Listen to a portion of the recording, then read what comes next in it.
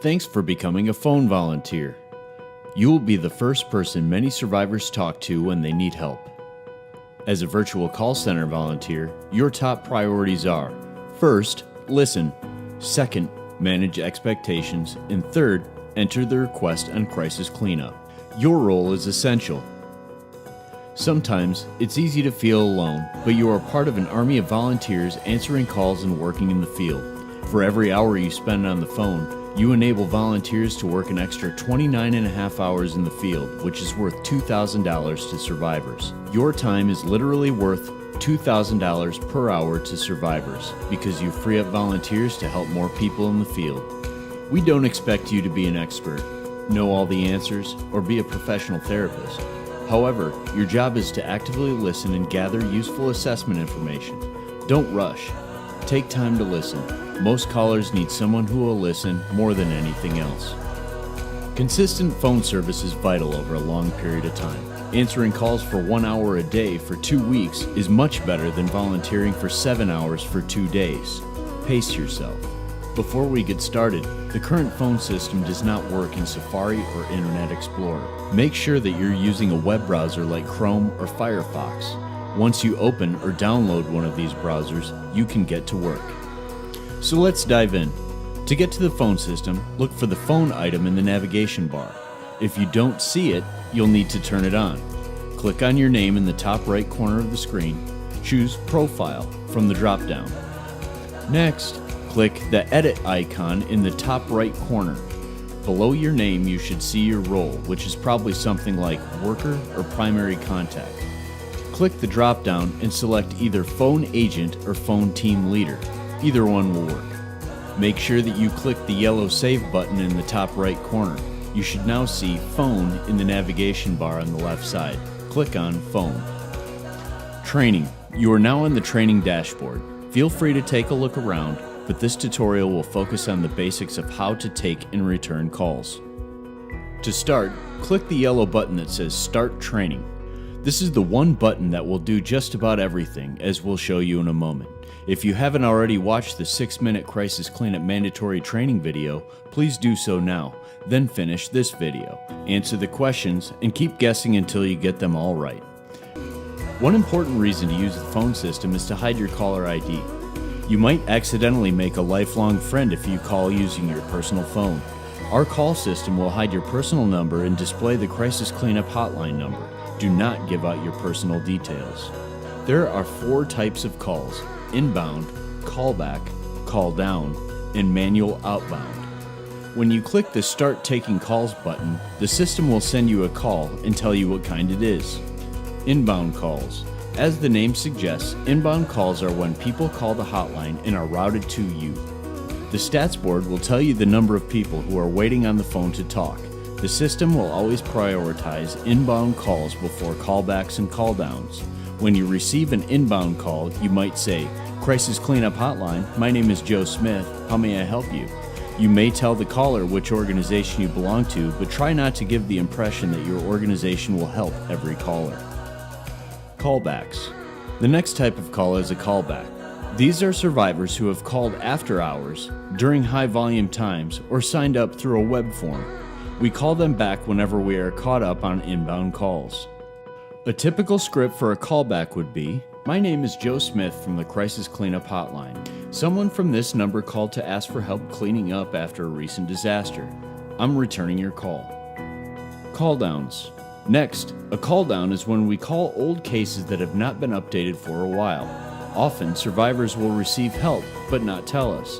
This wastes volunteers' time calling and deploying to a site that does not need help.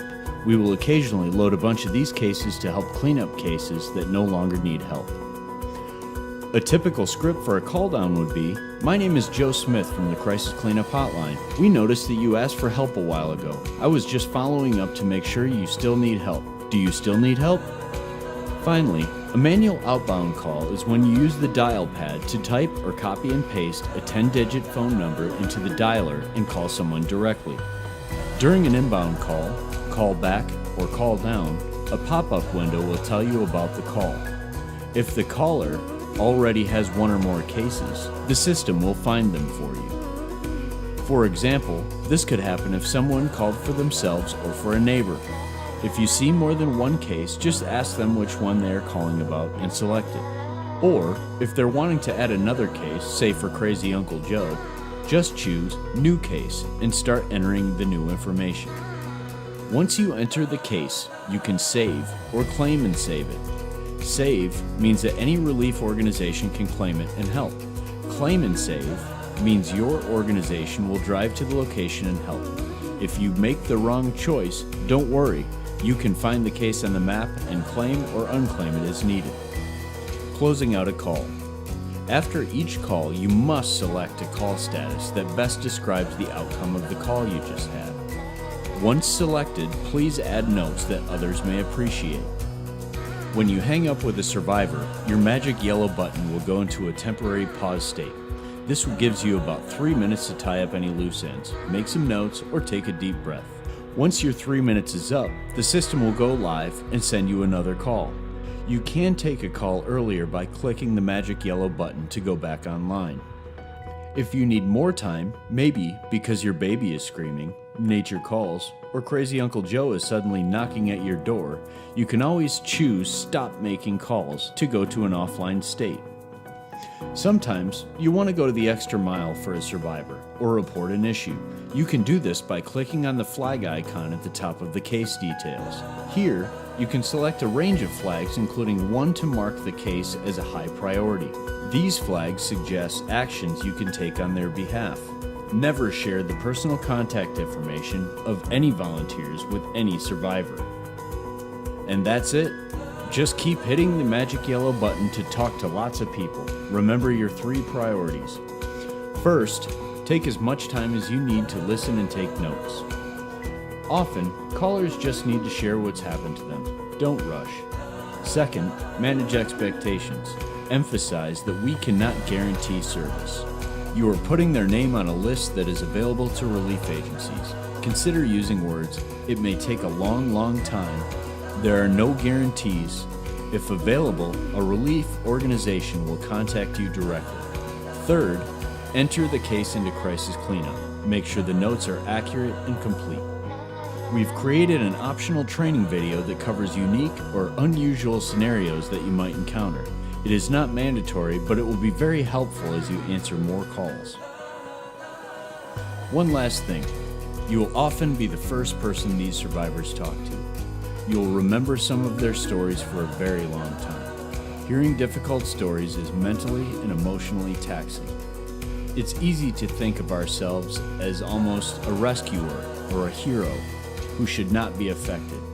Or we compare our situation to theirs and do not feel the right to feel exhausted. But we all are affected because we're human. If you find yourself being overtaxed, please take time to rebalance. Here are a few ideas. Take a break, walk the dog, spend time with family, do some chores, exercise, run to the store. Clearing your head will help you have a better perspective and avoid compassion fatigue. Talk to someone. Talk to a friend, family member, or fellow call center volunteer. You can create a help desk ticket and we will call to chat.